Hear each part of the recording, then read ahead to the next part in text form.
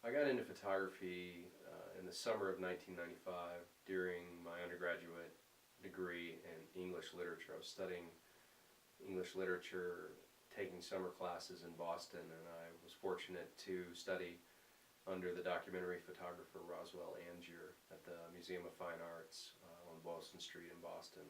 And that was my sort of initial foray into photography. My cameras are either smaller mirrorless cameras or classic film-based rangefinder cameras. The focal lengths that I find to be really essential to the work that I've made are 28, 35, and 50, and those are the three lenses that I'm using the most now with my street work.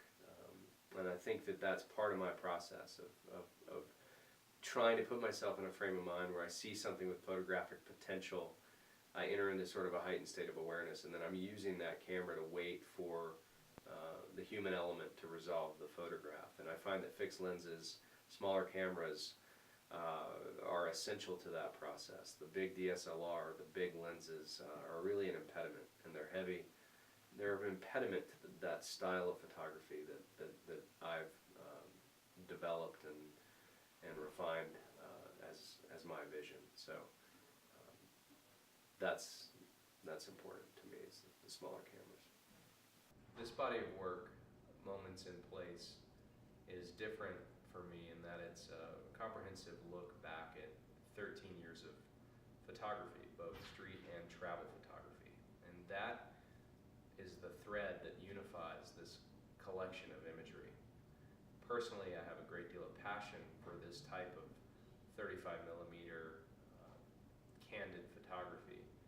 And this is the type of photography I often look at, and it's the type of photography I collect. So that is one of the differing components of this.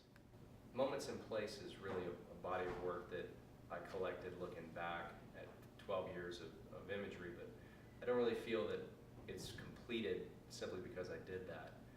It's really more just bookended by a period of time.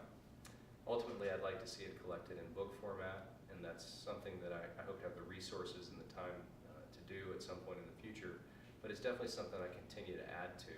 A number of the images in here were photographed in the past 9 to 10 months. So it's something that I definitely can continue to add to and grow. The series of events that led to my relocation to Colorado and my coming aboard as a photography professor in the Isaacson School, that all sort of happened in the past 18 months when I decided to investigate the possibility of teaching full-time as a career endeavor.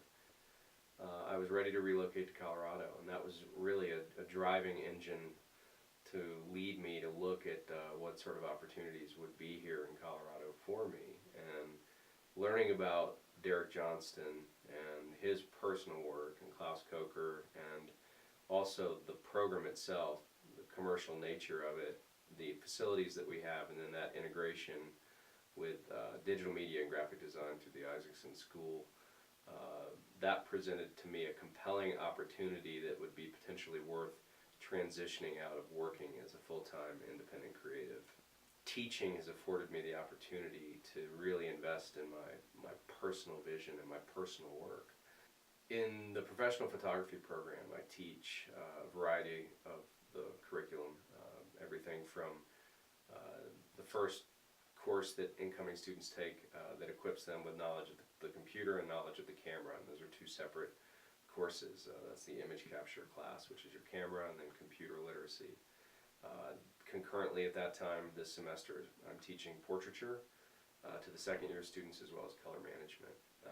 And that's your digital printing class and then your studio portrait class. Next semester I'll be teaching the first iteration of a business photography class, and also a class on advanced lighting, which is everything from food photography on location to architectural light painting using continuous lighting. I also will be involved in teaching the portfolio students that are finishing the program, as well as the second phase of that camera class for the first year students, and then photojournalism elective, which is one of favorite projects because it allows students to really plan and execute a long-term documentary type photo project, and I enjoy the mentoring that goes on in that.